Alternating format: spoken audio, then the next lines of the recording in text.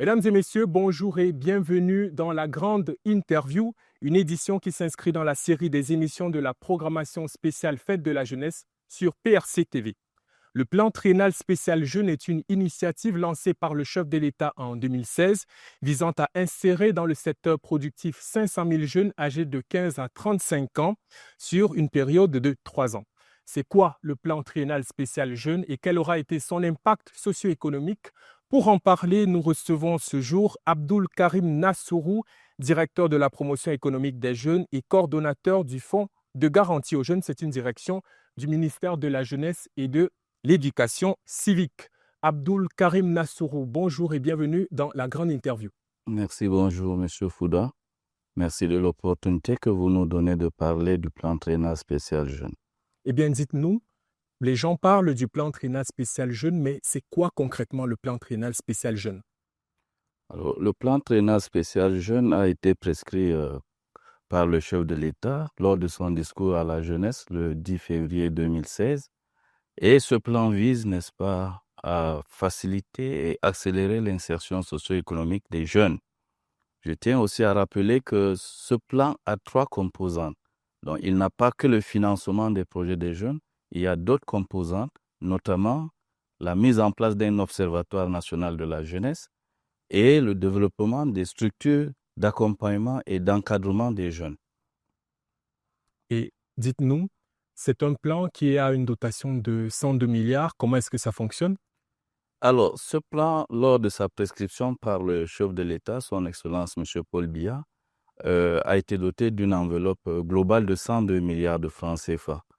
Alors, c'est une prescription que le chef de l'État, n'est-ce pas, a adressée à l'endroit du gouvernement et il revient maintenant au gouvernement de mobiliser cette enveloppe pour pouvoir accompagner, implémenter ce plan de manière harmonieuse pour que les jeunes puissent, n'est-ce pas, mettre en œuvre leurs projets et développer leurs entreprises. Vous êtes la cheville ouvrière de ce plan triennal spécial jeune. Il a été lancé par le chef de l'État il y a 10 ans aujourd'hui. Et dès qu'il a été lancé en 2016, vous avez été promu directeur et vous portez ce projet depuis 10 ans pratiquement. Alors dites-nous, quel est le bilan que vous feriez de l'entrée en matière de ce plan spécial triennal jeune? Alors, il faut dire que le plan triennal spécial jeune, jusqu'ici, a fait son bonhomme de chemin. Et rappelons aussi que c'est dû, n'est-ce pas, à la crise de l'emploi que le chef de l'État a prescrit ce plan pour pouvoir résorber le problème de chômage des jeunes. Alors, ce plan, à date, nous pouvons dire aisément qu'il a permis, n'est-ce pas, le financement, ou je vais dire l'accompagnement de 14 829 projets de jeunes. Exactement, 14 829 projets de jeunes. Ça, c'est en ce qui concerne le financement des projets des jeunes. Mais comme je l'ai dit tantôt, il y a d'autres composantes. Alors, l'Observatoire national de la jeunesse a été mis en place et il y a des structures d'accompagnement et d'encadrement des jeunes qui ont été construites. Nous sommes aujourd'hui à 100 centres multifonctionnels de promotion des jeunes d'arrondissement construits et équipés. Nous sommes également à 11 centres de réarmement moral, civique et entrepreneurial, dont un de référence au niveau de Yaoundé, qui sont également construits et équipés. Donc, à date, nous pouvons dire que s'il faut revenir sur le financement, les 14 829 projets qui ont été financés ont permis de générer près de 45 000 emplois directs. Près de 45 000 emplois directs. Et les jeunes bénéficiaires sont installés dans les villages pionniers de seconde génération. Nous en avons jusqu'aujourd'hui 331 villages pionniers sur l'étendue du territoire national et également dans des clusters économiques qui sont au nombre de 495. Donc, voilà un peu le bilan chiffré, hein, le bilan physique, j'allais dire, du plan triennal spécial jeune. Mais nos recherches font état de ce que 50% de projets manquent encore de financement 9 ans après, ou alors 10 ans après le lancement du plan triennal spécial jeune. Qu'est-ce que vous répondez à cela? Oui, en fait, il faut reconnaître que le plan triennal spécial jeune a connu quelques difficultés. Et aujourd'hui, à la plateforme de l'Observatoire national de la jeunesse, nous enregistrons plus d'1,5 million de jeunes qui se sont enrôlés effectivement sur cette plateforme et dont 52% recherchent effectivement un financement. Donc, c'est plus de la moitié qui voudraient, n'est-ce pas, s'installer en auto-emploi. Alors, les autres, c'est soit l'emploi salarié, soit c'est des services, n'est-ce pas, de volontariat. Donc, nous pouvons dire que à date, l'objectif initial n'est pas encore atteint parce que justement, il y a des jeunes qui sont toujours en attente de financement. Maintenant, s'il faut revenir sur la mobilisation des ressources, parce qu'il faut le reconnaître aussi, je l'ai dit tantôt à l'entame de mon propos, que le plan triennal spécial jeune a connu quelques difficultés dans sa mise en œuvre, parce qu'il y a eu des crises exogènes, il y a eu des crises endogènes, il y a eu des facteurs hein, qui n'ont pas permis la mise en œuvre harmonieuse de ce plan. Voilà. Donc, ça a réduit, n'est-ce pas, la capacité de l'État à mobiliser les ressources. Et je dois dire ici que, à date, nous sommes à 35 milliards et demi de francs CFA de fonds mobilisés pour la mise en œuvre de ce plan sur les 102 milliards.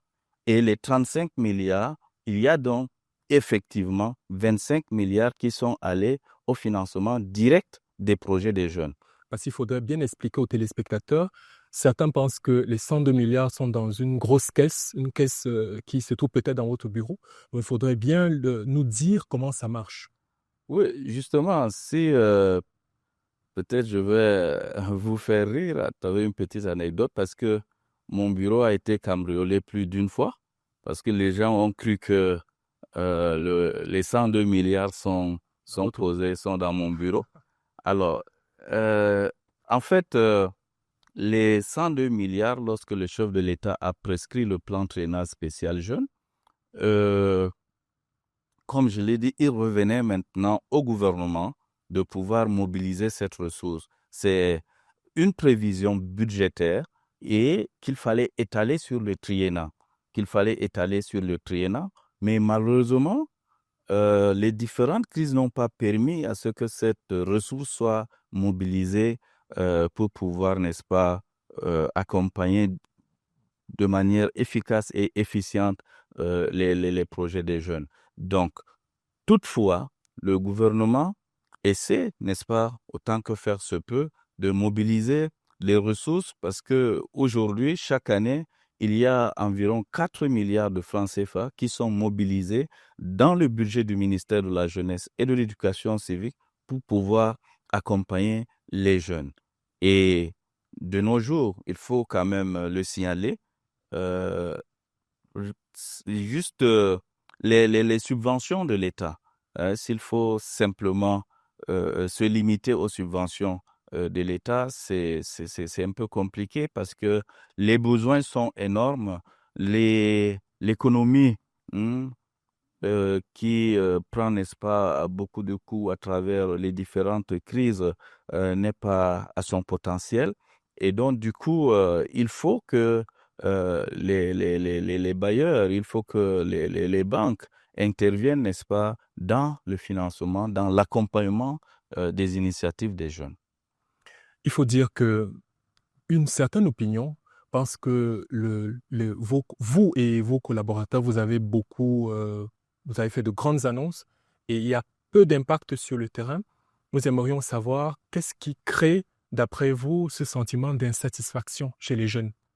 Alors, ce sentiment d'insatisfaction peut être euh, apprécié à deux niveaux. C'est-à-dire que déjà, nous avons un mécanisme d'accompagnement.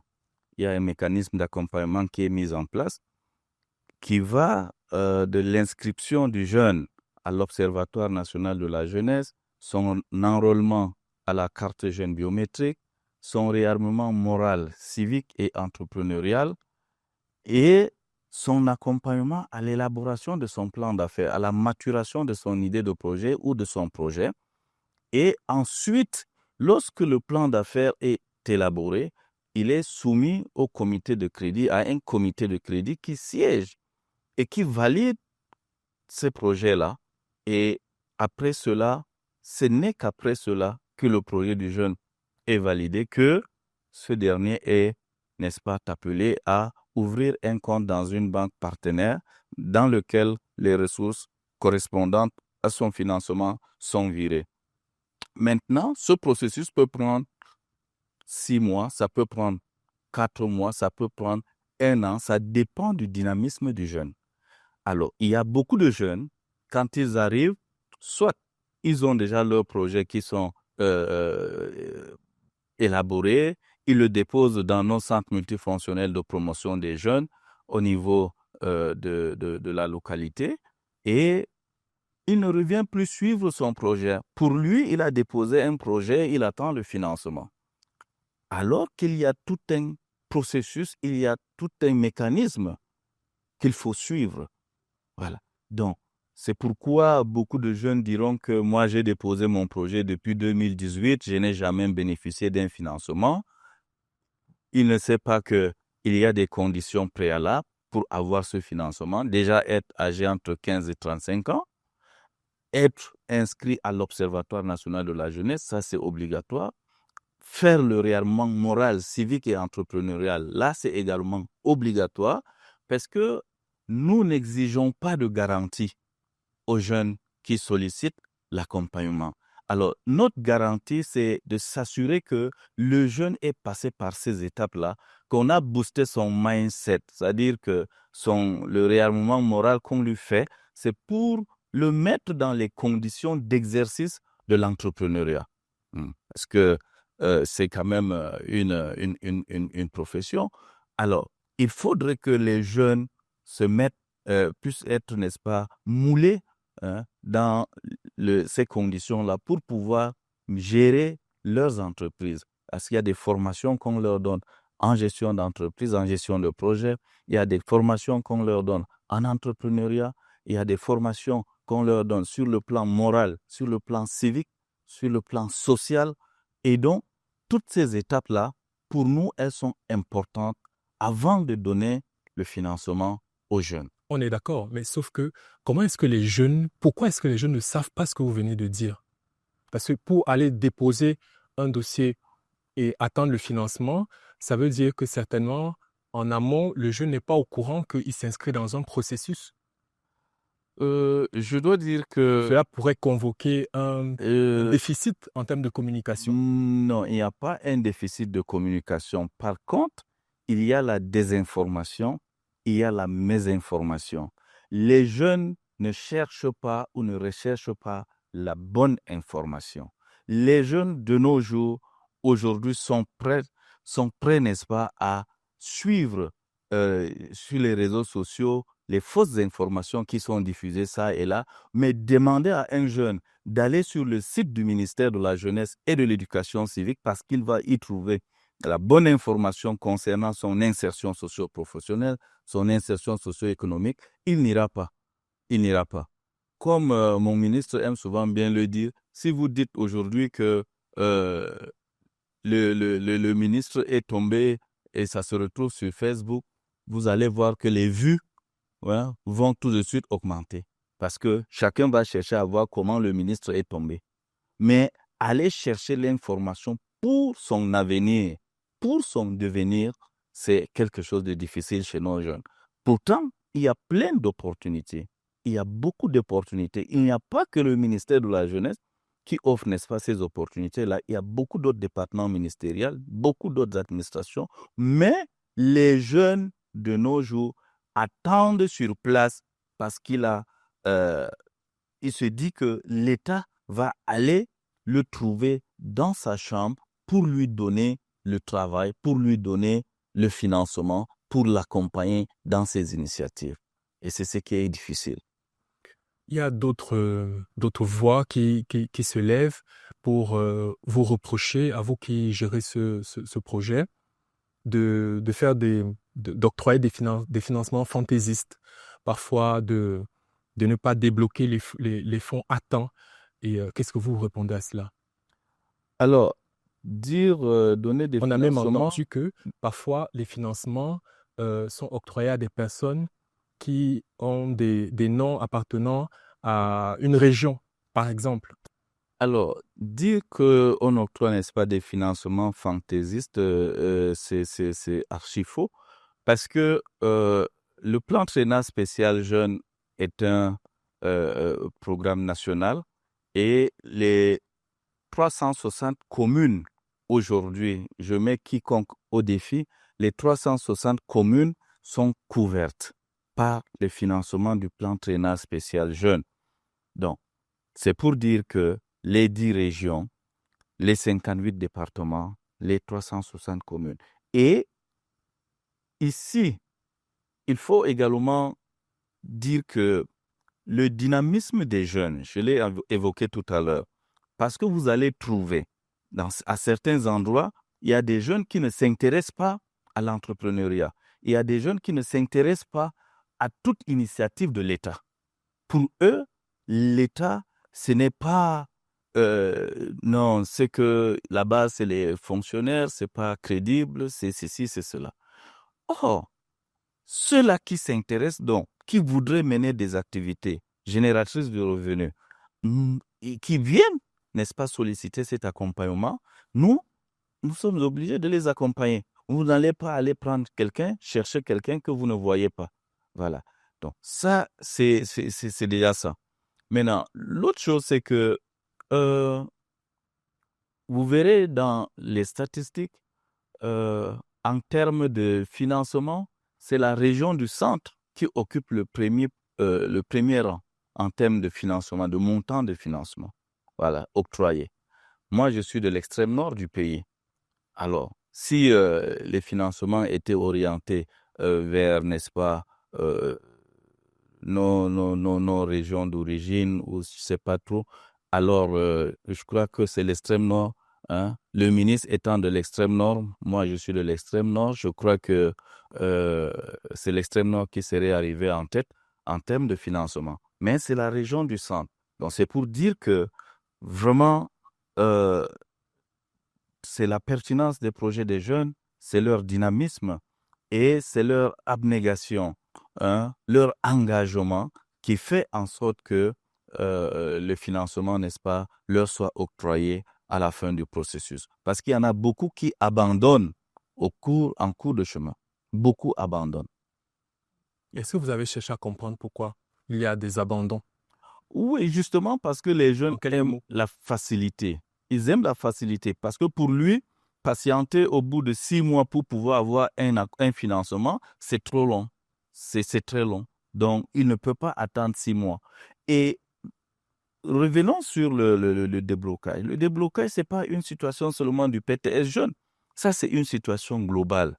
C'est l'économie nationale qui subit, n'est-ce pas, les pressions de part et d'autre, et que la capacité, n'est-ce pas, financière de nos trésoreries aujourd'hui ne sont plus à leur, n'est-ce pas, à leur potentiel. Et du coup, les déblocages, c'est au niveau de la CA, la Caisse autonome d'amortissement. Ce n'est pas au niveau du ministère de la Jeunesse. Le ministère de la Jeunesse, en début d'année, il prend des décisions pour demander à la Caisse autonome d'amortissement de virer les ressources dans les banques au sein desquelles les jeunes vont ouvrir les comptes qui vont être ravitaillés après le comité de crédit.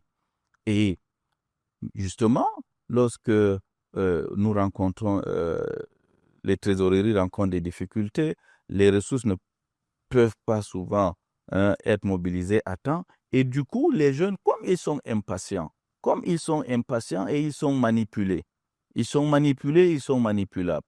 Alors, tout de suite, pour eux, c'est que non, c'est le ministère qui ne veut pas mettre les ressources à disposition. Non, c'est les responsables du programme qui font tel ou tel. Donc, voilà un peu la situation. Nous sommes dans une édition spéciale de la grande interview, mais le principe de l'émission reste le même.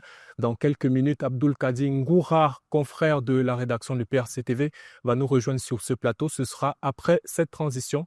On revient, à tout de suite.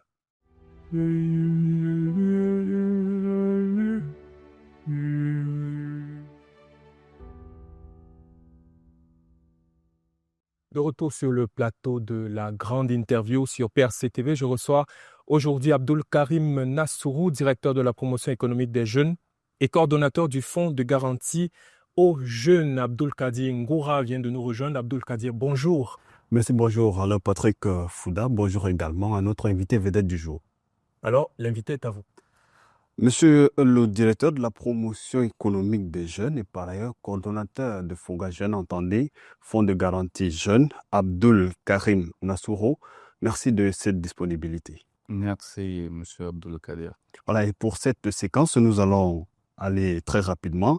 Nous vous avons longuement écouté et on a également pris note. Permettez qu'on reste sur les questions de gouvernance.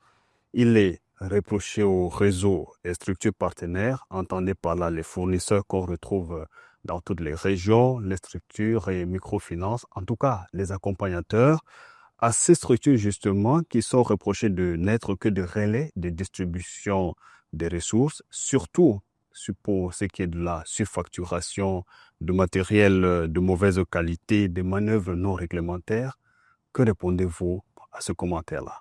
Alors, justement, vous faites bien de dire que c'est des commentaires.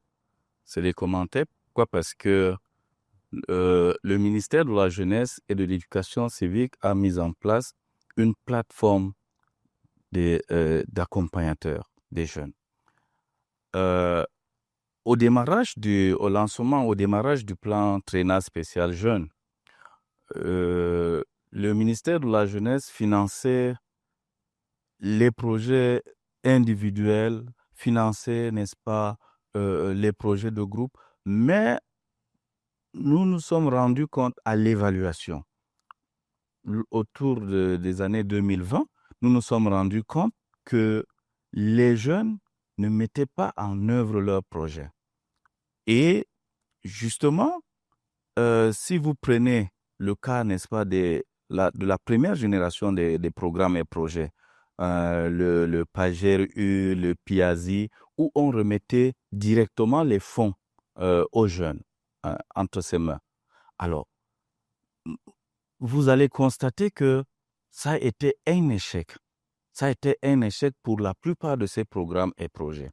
Alors, maintenant, lorsque le chef de l'État a prescrit le plan Tréna spécial jeunes et à l'évaluation, il a donc fallu qu'on change, n'est-ce pas, de stratégie avec les jeunes. Parce que vous leur donnez les financements, ils ne mettent pas leur projet en place, malgré, n'est-ce pas, le réarmement moral qu'ils ont suivi. Alors, nous nous sommes dit qu'il fallait désormais les installer en groupe dans les villages pionniers et les clusters économiques. Et comment l'argent leur parvient? Comme je l'ai dit tout à l'heure, le ministre de la Jeunesse et de l'Éducation civique prend un acte qui demande à la CAA de virer les ressources dans les banques partenaires sélectionnées. Alors, je rappelle au passage qu'il y a des conventions avec tous ces accompagnateurs, que ce soit les institutions financières, que ce soit les fournisseurs, que ce soit les consultants spécialisés, que ce soit les mentors volontaires. Bref,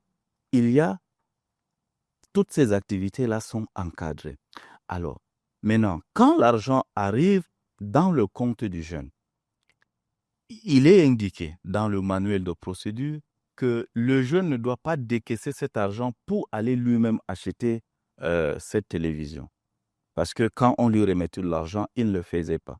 Alors, à partir de la proforma, du bon de commande, lui-même, il exprime le besoin qu'il a exprimé dans son plan d'affaires pour dire, je veux cette télévision de telle marque, de telles caractéristiques, et elle coûte tant. Parce que c'est ça la maturation du projet. Et elle coûte tant, cette télévision. Alors, c'est ces caractéristiques-là qu'on reprend dans le bon de commande et il passe donc sa commande auprès d'un fournisseur agréé qui fait dans ce domaine. Il vire donc les ressources correspondantes au fournisseur. Et à la commande, il vire 70%. C'est quand il reçoit le matériel qu'il autorise la banque de virer les 30 autres %. Et ça, c'est après réception. Et il y a tout un comité de réception. Il n'y a pas que le jeune seul, il n'y a pas que le fournisseur seul, il y a également le consultant spécialisé, il y a le chef d'antenne régionale du FOGA Jeune, il y a le délégué régional, le chef CMPJ d'arrondissement. Donc, bref, il y a toutes ces personnes-là qui interviennent à la réception. Alors, comment se fait-il que le jeune qui a donné le prix d'un équipement, qui est mentionné dans son business plan, et c'est ce prix-là qui est sur le bon de commande, et c'est cette télévision, c'est cet équipement que le fournisseur lui livre, et il a signé le bon de réception, le procès verbal de réception, pour dire que l'équipement est conforme à sa sollicitation. C'est peut-être 3 mois, 6 mois après. Et il a d'ailleurs viré les 30% restants au fournisseur. Mais c'est peut-être 6 mois après ou 1 an après, quand il a par exemple un souci avec son équipement, il revient vous dire qu'on lui a livré un mauvais matériel. Comment vous pouvez comprendre cela si ce n'est de la mauvaise foi? Un matériel qui n'est pas conforme à vos prescriptions, vous ne le réceptionnez pas. Vous ne le réceptionnez pas, il y a toute une commission. Comprenez? Donc, et ça, moi je dis, nous avons souvent vécu ces cas et que nous avons résolu simplement parce que, en fait, les fournisseurs ne sont pas là seulement pour livrer les matériels aux jeunes, mais ils les accompagnent, on les forme également, ils les forment sur l'utilisation de ces matériels quand c'est des équipements compliqués. Voilà. Donc, et tout cela est consigné dans la convention. Les institutions financières, c'est justement pour que l'argent ne soit pas dilapidé par le jeune. Parce que pour que le jeune aille décaisser de l'argent, là nous parlions tout à l'heure, n'est-ce pas, des virements en faveur des fournisseurs. Maintenant, il y a le fonds de roulement que lui, il va décaisser en espèces. Maintenant, mais pour qu'il décaisse le fonds de roulement, il faut qu'il justifie de l'utilisation, n'est-ce pas, de ce qu'il a déjà perçu ou de ce qui a été déjà fait avec les premiers fonds qu'il a perçus. Donc, au-delà de cette préoccupation, monsieur le directeur, vous avez évoqué également le cas des bénéficiaires dont la région du centre trône en tête, 35 milliards de francs CFA mobilisés. Est-ce que ces bénéficiaires-là ne sont pas des originaires des autres régions qui se retrouvent principalement dans la région du centre? Je crois que au Cameroun, nous parlons de l'intégration nationale. Et nous devons éviter de dire que tel jeune est originaire de tel jeune est originaire de tel. Du moment où le jeune qui est installé ici, au centre, il est ici installé ici à Yaoundé, d'où qu'il vienne, s'il veut mener son activité ici à Yaoundé, c'est normal qu'il prenne, n'est-ce pas, qu'il reçoive son financement ici à Yaoundé. Yaoundé, par exemple, est une ville cosmopolite, tout comme Douala, tout comme nos dix chefs-lieux nos chefs-lieux de région. Alors, comment voulez-vous que, par exemple, à Yaoundé, on exclut, n'est-ce pas, les autres ethnies du financement parce que nous sommes dans la région du centre? Moi, j'ai parlé tout à l'heure et je dis ça, il faudrait que nous soyons prudents là-dessus. Tout dépend de l'engagement du jeune, du dynamisme du jeune.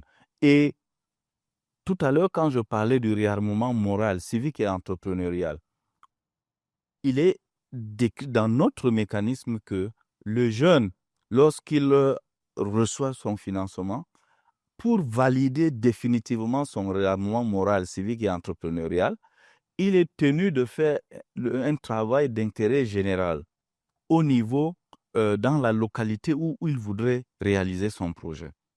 Alors, et tous les projets sont initiés à la base et sont transmis à la centrale, n'est-ce pas, par voie hiérarchique.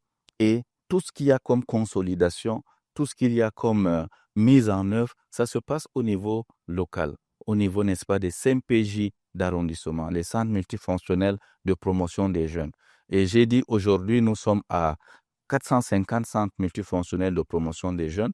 Donc, les 360 arrondissements sont couverts, les 58 départements, les 10 régions. Il y a 2 CMPJ de référence à Yaoundé et à Douala, et il y a des CMPJ dans certains gros villages et quartiers. Nous sommes aujourd'hui à 450. Et c'est pourquoi nous avons pensé que, étant, n'est-ce pas, des structures de proximité, d'accompagnement, d'encadrement des jeunes, il faut que les jeunes s'y rendent pour pouvoir prendre toutes les informations utiles. Voilà. Toutes les informations utiles pour leur insertion socio-économique. Permettez qu'on reste sur la sélection de ces jeunes bénéficiaires, monsieur le directeur. Une des critiques des élus locaux également porte sur les responsables locaux au niveau du ministère de la Jeunesse et de l'Éducation civique qui subiraient également des listes depuis Yaoundé. Alors, j'ai dit tout à l'heure que tout se passe au niveau de la base. Quand je dis tout se passe au niveau de la base, c'est parce que le jeune, pour qu'il soit sélectionné, j'ai dit tout à l'heure qu'il y a des conditions sine qua non, voilà, des préalables. Il doit être enregistré à l'Observatoire national de la jeunesse. Il doit s'enrôler à la carte jeune biométrique. Il doit faire le réarmement moral, civique et entrepreneurial. Voilà les 3 choses qui se font au CMPJ d'attache.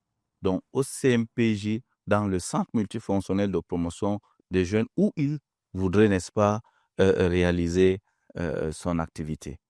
Alors, le projet est déposé au niveau du CMPJ et il y a un comité local de suivi.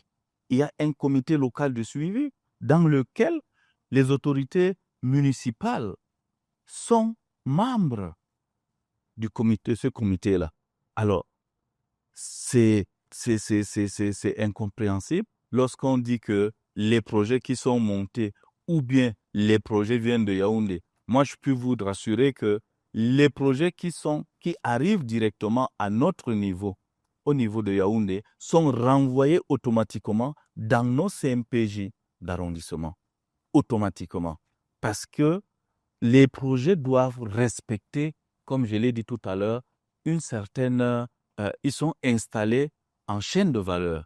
Les jeunes que nous installons sont installés en chaîne de valeur, soit dans les villages pionniers, c'est-à-dire dans un espace précis qui leur est dédié. C'est un don, soit de la communauté, de la collectivité, ou ils sont, n'est-ce pas, installés dans des clusters économiques. Alors, les clusters, à la différence des villages pionniers, les jeunes peuvent se retrouver dans plusieurs villages, dans plusieurs communes, dans plusieurs départements, mais travailler, n'est-ce pas, en chaîne. Alors, du coup, permettez que je finisse, je termine. Nous adossons également sur le plan de développement locaux et les plans de développement communaux, parce que c'est là-bas que nous puisons la ressource. Et il y a aussi le plan d'installation qui respecte, n'est-ce pas, la zone agroécologique. C'est pas parce que vous avez vu un jeune qui fait dans la banane plantain, il a réussi, et que vous voulez aussi faire dans la banane plantain alors que le sol n'y s'y est pas, et ainsi de suite. Donc, vraiment, il y a beaucoup de critères qui entrent en jeu, et c'est peut-être un problème d'appropriation du mécanisme par les autorités municipales, mais sinon, le ministère de la Jeunesse et de l'Éducation civique a tout fait pour que ces autorités soient impliquées à la base et qu'elles suivent la mise en œuvre, l'implémentation des projets des jeunes. Parce que justement, les centres multifonctionnels de promotion des jeunes sont des structures rattachées au ministère de la Jeunesse et de l'Éducation civique qui sont, n'est-ce pas, aujourd'hui transférées aux communes. Alors, tout ce qui se passe au centre multifonctionnel, dans les centres multifonctionnels, les autorités municipales sont censées les connaître parce qu'elles sont membres du comité du conseil de direction. Vous comprenez? Donc, du coup, dire que, oui, M. Abdelkader, en fait, vraiment, je voudrais faire comprendre, n'est-ce pas, à l'opinion, au public, que c'est quand le chef de l'État a prescrit ce plan, c'est justement pour que toutes les forces vives s'impliquent pour sa mise en œuvre harmonieuse. Parce qu'aujourd'hui, quand nous accompagnons un jeune d'une commune X ou d'une commune Y, c'est la commune qui en bénéficie parce que la richesse est créée dans cette commune. C'est là-bas que le jeune crée la richesse. Ça aussi, il faut le reconnaître tout à l'heure quand on parlait, n'est-ce pas, de l'origine. Parce que le jeune vient créer la richesse quelque part. Ce n'est pas dans son village absolument qu'il le fait. Voilà. Sortons donc, monsieur le directeur, par cette question relative aux villages pionniers et clusters qui sont assurément le nouveau mode d'installation des jeunes au niveau de votre ministère. On comprend aisément que ces villages pionniers existent. Comment sont-ils organisés? Quelle est la différence entre ces villages pionniers et l'Agence du service civique national de participation au développement? Bien. Les villages pionniers, comme je les ai décrits tout à l'heure, ils sont vraiment, c'est un espace dans lequel se trouvent un certain nombre d'entreprises. Ça peut être des entreprises de production, des entreprises de transformation, des entreprises de services, et qui, n'est-ce pas, mutualisent leurs efforts, qui sont installés en chaîne de valeur sur des différents maillons. Et j'ai dit tout à l'heure, village pionnier de seconde génération. Voilà. Maintenant, l'agence du service civique, qui fait également qui aménage aussi les villages pionniers. Les villages pionniers de l'agence du service civique sont les villages pionniers de première génération. Alors, nous avons dans les études constaté que les jeunes fuient le travail de la terre, ils fuient l'agriculture parce que c'est pénible. Alors, ils estiment que pour un jeune qui a un master, qui a une licence, qui a un bac, faire l'agriculture, pour certains, c'est dégradant et que c'est pénible. Alors, le ministère de la Jeunesse et de l'Éducation civique a pensé donc qu'il fallait mettre en place les villages pionniers de seconde génération, c'est-à-dire que dépénibiliser le travail, les équipements qu'on leur donne pour leur permettre de travailler sont des équipements de seconde génération, c'est des tracteurs, c'est des motoculteurs, c'est des unités de transformation, bref, pour faire intéresser le jeune à la terre. Voilà. Et le ministère, à travers le plan triennal spécial jeunes, upgrade les villages pionniers aménagés par l'agence du service civique. Donc, tous les villages pionniers qui ont été aménagés par l'agence du service civique aujourd'hui sont en train de connaître une mutation. C'est-à-dire qu'on vient les restructurer, on les dote, n'est-ce pas, d'équipements de pointe pour qu'ils produisent suffisamment et en masse. Abdelkarim Nassourou, directeur de la promotion économique au ministère de la Jeunesse et de l'Éducation civique. Merci pour ces éclairages. Alain Patrick Fouda, il ne me reste qu'à vous souhaiter bonne suite de l'émission. Merci Abdelkader Ngoura. On accompagne notre confrère de la rédaction à travers une courte transition et on revient dans un instant.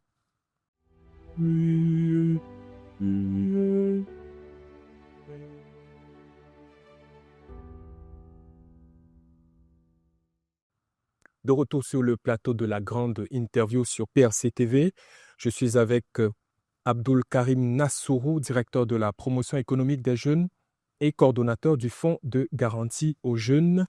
Dites-nous, les ressources du plan triennal spécial jeunes, en principe, ce ne sont pas des dons. Ces ressources-là devraient être remboursées. Nous aimerions savoir quel est le montant d'argent qui, à date, a d'ores et déjà été remboursé. Alors, justement, le plan triennal spécial jeune fonctionne, n'est-ce pas, sous forme de revolving fund.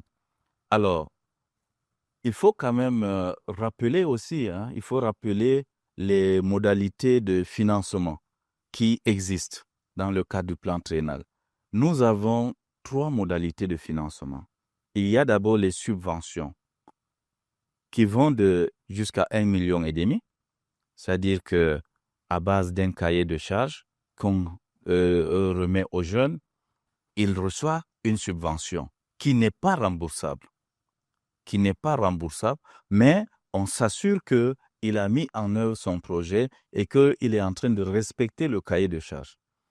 Il y a le financement qui à taux zéro, qui va de 1,5 million, donc à partir, n'est-ce pas, de la branche supérieure de la subvention, Oui. jusqu'à 10 millions. Ça, c'est un financement à taux zéro. C'est-à-dire que lorsqu'on a donné ce financement, ce montant à un jeune, il rembourse, n'est-ce pas, le capital sans intérêt. Et il y a une 3e modalité, les crédits à taux bonifié de 8%. Et ça va de 10 millions jusqu'à 25 millions. Alors, lorsque un jeune a bénéficié, n'est-ce pas, de ce montant-là, il va rembourser le capital plus un intérêt de 8% sur la durée du crédit. Alors, les 8%, en fait, ce n'est pas des intérêts que l'État collecte, c'est juste pour pouvoir subvenir, n'est-ce pas, à certaines charges, répondre, n'est-ce pas, aux charges d'accompagnement. Parce que les institutions financières dans lesquelles les virements des jeunes sont déposés et qui mettent les financements à disposition de ces jeunes-là, eux, ils ont 2% à la mise en place du crédit et 4% au prorata du recouvrement. Et Est-ce qu'il y a effectivement recouvrement? oui, j'en viens. Ok. Il y a justement un recouvrement. S'il n'y avait pas de recouvrement, on n'allait pas parler, n'est-ce pas, rémunérer l'institution financière à 4% au prorata du recouvrement. Je dis bien au prorata du recouvrement parce que, justement, pour les amener, les inciter à aller faire le recouvrement auprès des jeunes. Et c'est même d'ailleurs pourquoi on a mis ça à 4%, alors qu'à la mise en place du crédit, c'est 2% leur rémunération. Donc, c'est pour dire qu'il y a recouvrement et que ce n'est pas tout le financement qui est accordé qui est à recouvrer. Oui, ça on l'a Ça, compris. c'est ce que je voudrais préciser. D'accord. Ce n'est pas tout le financement accordé qui est à recouvrer. Maintenant, les jeunes qui doivent rembourser, n'est-ce pas, pour certains, ils remboursent normalement. Pour d'autres qui ont connu, n'est-ce pas, des difficultés, c'est pourquoi nos conseillers en insertion sont là, les consultants spécialisés sont là, les mentors volontaires qui sont des accompagnateurs de proximité sont là pour leur donner des conseils, pour les orienter, les amener, n'est-ce pas, à relancer leurs activités pour d'autres dont les activités ont cessé de fonctionner. Vous savez, l'écosystème, n'est-ce pas, des PME au Cameroun fait état de ce que sur 10 entreprises, sur 10 entreprises nouvellement créées, il n'y a que 3 qui subsistent au-delà de 3 ans. Donc, ça, c'est des facteurs que nous essayons de contourner avec cette armada d'accompagnateurs. Vous voyez? Donc, on a des consultants spécialisés au niveau régional, on a des mentors volontaires au niveau de l'arrondissement, on a nos conseillers en insertion qui sont dans les centres multifonctionnels de promotion des jeunes, qui accompagnent ces jeunes. Donc, bref, c'est pour limiter, n'est-ce pas, le taux de mortalité de ces entreprises que nous accompagnons. Et à chaque fois que cela est nécessaire et que cela est prouvé, on refinance, n'est-ce pas, ces entreprises-là pour les relever. De l'autre côté, nous avons contracté, le ministère de la Jeunesse et de l'Éducation civique a signé des contrats avec une assurance, avec une compagnie d'assurance pour couvrir, n'est-ce pas, certains dommages que subiraient les jeunes promoteurs. Voilà. Donc, il y a l'invalidité, il y a le décès, il y a l'invalidité, n'est-ce pas, définitive, il y a les dommages comme les catastrophes, les inondations, hein, tout ce qu'il y a comme dommages. Donc, ces aspects-là sont couverts et tout cela, c'est pour amener le jeune à réussir. Et en plus de ça, nous avons également contracté avec les centres de gestion agréés. Il y a des centres de gestion agréés qui accompagnent ces nouveaux entrepreneurs dans la tenue, n'est-ce pas, de leur comptabilité, de leur fiscalité sur les 2 premières années. Ils sont affiliés, n'est-ce pas, automatiquement à des centres de gestion agréés. Donc, voilà un peu l'écosystème qu'on a mis en place pour amener le jeune à réussir. Et véritablement, pour ce jeune-là qui a envie, envie de réussir, et on a des success stories, on a des exemples sur toute l'étendue du territoire. Et c'est pour dire donc qu'il y a des jeunes qui effectivement remboursent. À quel taux? Alors, le taux peut être faible. Le taux peut être faible, mais je dis, il y a des jeunes qui remboursent parce qu'aujourd'hui, nous avons un revolving fund qui est considérable au niveau, n'est-ce pas, de toutes les banques partenaires. Et nous aimerions savoir, vous parlez de success story. Quelles sont-elles et quelle est la proportion de ces réussites-là? Oui. Parce que vous savez bien, à l'initiative, il s'agit de 500 000 jeunes qui doivent bénéficier de cette insertion socio-professionnelle à travers ce fonds. À travers ce fonds, je vous ai dit tout à l'heure qu'il y a 1,5 million de jeunes qui sont enregistrés à l'Observatoire national de la jeunesse, qui bénéficient de la carte jeune biométrique. Et la carte jeune biométrique offre, n'est-ce pas, déjà des services sociaux de base, n'est-ce pas, à coût préférentiel. Et là également, c'est un autre package d'accompagnement. Nous sommes en partenariat avec des structures. Hein. Ça peut être des hôpitaux, ça peut être des structures de transport. Et le jeune détenteur de la carte jeune biométrique, qui est d'ailleurs une carte Visa, ça lui permet de faire des opérations financières.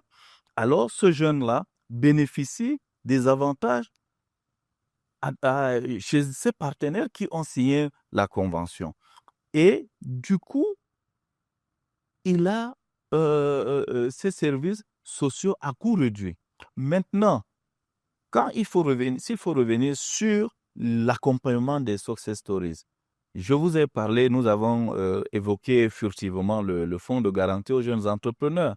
Justement, c'est parce que le chef de l'État a constaté que le plan triennal spécial jeune a besoin d'une nouvelle oxygénation. En 2022 et 2023, il a prescrit le fonds de garantie aux jeunes entrepreneurs. Et en 2023, il est revenu avec emphase sur ce fonds-là en insistant, n'est-ce pas, qu'il y ait un guichet destiné aux jeunes de la diaspora. Je les success stories, voilà. monsieur le directeur. Un jeune, oui, justement, j'en viens. Alors, ce fonds de garantie, aujourd'hui, a financé au niveau de son guichet garanti, plus de 48 jeunes, 48 entreprises, j'allais dire, 48 entreprises pour 894 millions de francs CFA. 48 entreprises pour 894 millions de francs CFA. Vous comprenez? Toutes sont des success stories. Alors, il y a ces success stories qui sont disséminées sur l'ensemble du territoire national. Je vous ai dit, nous sommes à 14 829 projets financés. Et sur les 14 829, les success stories aujourd'hui représentent près de 30%. Près de 30% des success stories. Donc, vous allez... Success stories. Est-ce que est-ce que ces projets-là qui ont été financés, si ce sont transcrits en emploi stable? Oui, justement, en emploi stable, ce que nous faisons à partir de la plateforme de l'Observatoire, il y a des jeunes qui sollicitent un emploi salarié. Il y a des jeunes qui voudraient s'installer en auto-emploi. Ceux qui sollicitent un emploi salarié sont automatiquement dirigés, référencés vers les jeunes qui ont bénéficié des financements pour la mise en œuvre de leurs projets ou le développement de leurs entreprises. Ça veut dire que c'est au niveau de la plateforme de l'Observatoire national de la jeunesse que l'entrepreneur, le jeune qui est accompagné à partir, n'est-ce pas, des profils requis, recherchés, il trouve, n'est-ce pas, les jeunes à employer. Donc, l'impact est là, il est énorme. Il est énorme. Je vous ai parlé de 45 000 emplois directs générés. Ça, c'est les emplois directs. Laissons les emplois indirects, laissons les emplois saisonniers, Oui, ces les emplois emplois directs, occasionnels. entendre Vous parler de comprenez? success stories. Voilà. Donc, justement, c'est cela.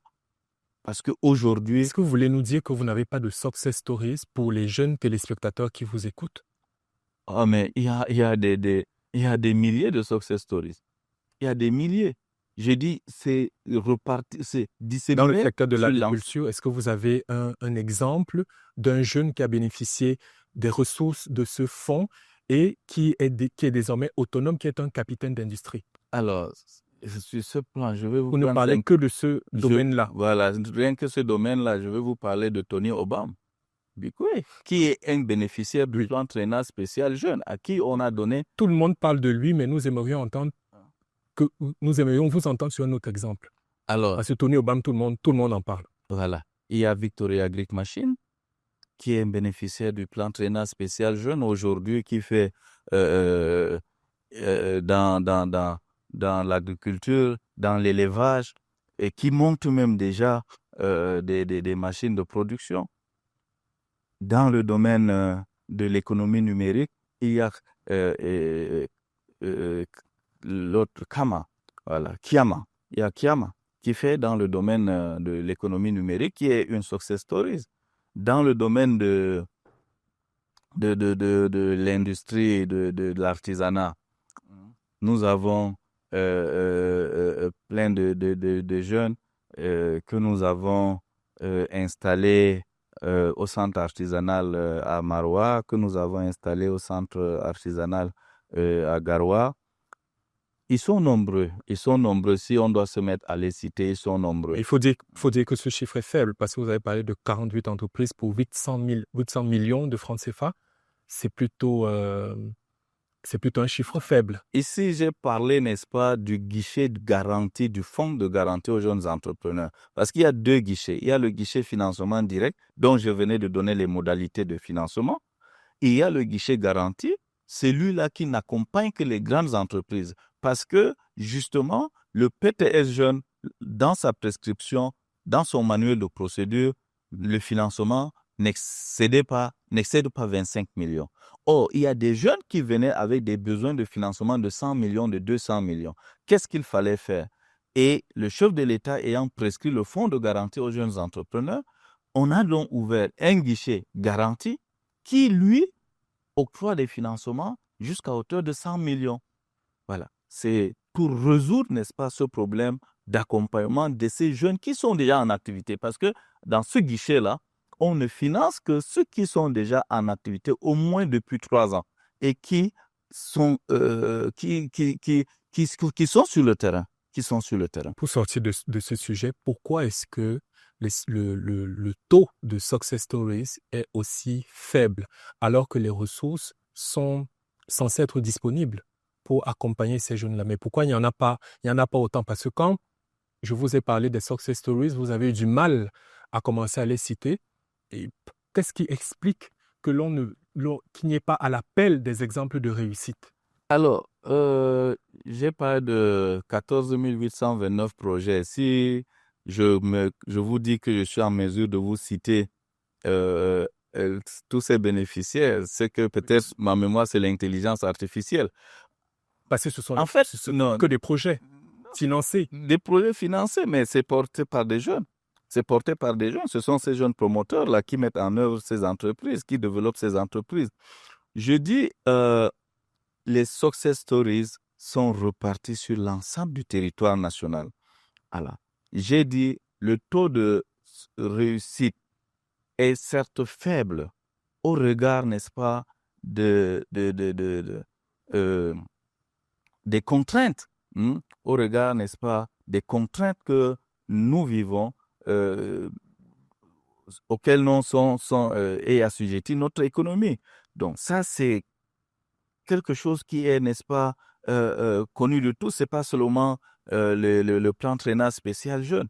Donc, ils sont sur l'ensemble du territoire national et aujourd'hui, ils sont en train d'impacter ces success stories, sont en train d'impacter leur environnement, leur communauté, leur société. Voilà.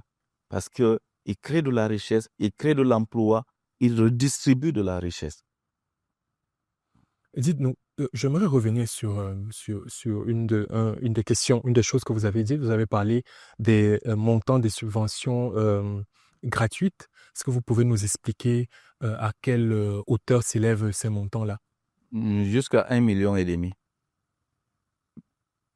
million de francs. 1,5 million de francs CFA. Ça, c'est des subventions.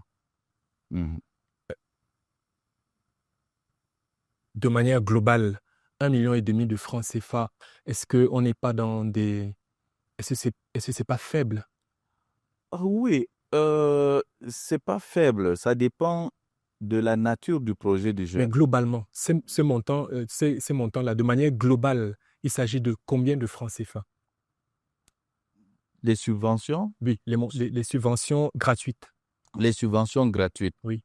Je ne saurais vous donner un montant exact parce que la mise en place des projets est, n'est-ce pas, sujette, ou je vais dire qu'elle est, elle est sujette, n'est-ce pas, à la mise à disposition des fonds, des ressources. Parce que plus les ressources arrivent tardivement et à compte-gouttes, et c'est ainsi que nous mettons en place les projets des jeunes. Donc, les subventions qui vont jusqu'à 1,5 million sont souvent ce que nous appelons des micro-activités. Donc, c'est des activités génératrices de revenus qui ne demandent pas assez de ressources que nous subventionnons à 1,5 million. Maintenant, quand ça déborde, alors ça commence à prendre de l'ampleur et progressivement. Donc, voilà comment l'accompagnement est fait. Et qu'en est-il du montant des crédits à taux zéro? Oui, c'est ce que j'essaie d'expliquer parce que nous ne disséquons pas les financements que nous octroyons aux jeunes. Nous avons, par exemple, 4 milliards pour l'exercice 2026. Alors, qu'est-ce qu'on fait avec 4 milliards? Il y a des jeunes que nous accompagnons, les jeunes issus, n'est-ce pas, des centres DDR, les jeunes ex-combattants que nous accompagnons. Il y a des jeunes, n'est-ce pas, du fonds de prototypage de l'APME que nous accompagnons. Il y a des jeunes à qui nous accordons des bourses pour leur formation dans les centres de formation professionnelle d'excellence du MINEFOP que nous accompagnons. Sur 10 ans. Combien ont été dépensés sur 10 ans? Dépensés sur 10 ans. Oui. J'ai parlé de 25 milliards. 25 milliards sur 10 ans et 35 milliards de manière globale parce que les 10 autres milliards sont partis dans la construction de 100 centres multifonctionnels de promotion des jeunes d'arrondissement, la construction et l'équipement, et également de 11 centres de réarmement moral, civique et entrepreneurial. Le chef de l'État a alloué une nouvelle dotation de 50 milliards pour les jeunes. Comment est-ce que vous comptez gérer ces ressources? Alors, je dois dire que pour le moment, le chef de l'État a prescrit le plan spécial de promotion de l'emploi des jeunes, mais il n'est pas encore opérationnalisé. Donc, les séances de travail se poursuivent. Le ministère de la Jeunesse et de l'Éducation civique a produit un schéma technique d'accompagnement entrepreneurial des jeunes et nous attendons les très hautes instructions. Donc, ici, je ne saurais dire quoi que ce soit de plus. Abdul Karim Nassourou, directeur de la promotion économique des jeunes et coordonnateur du Fonds de garantie aux jeunes. Merci d'avoir répondu aux questions de la grande interview. Merci beaucoup, Monsieur Fouda. Merci au public de PRC TV. C'était la grande interview édition spéciale de la programmation consacrée à la fête de la jeunesse. Restez fidèles au programme de PRC TV. Au revoir.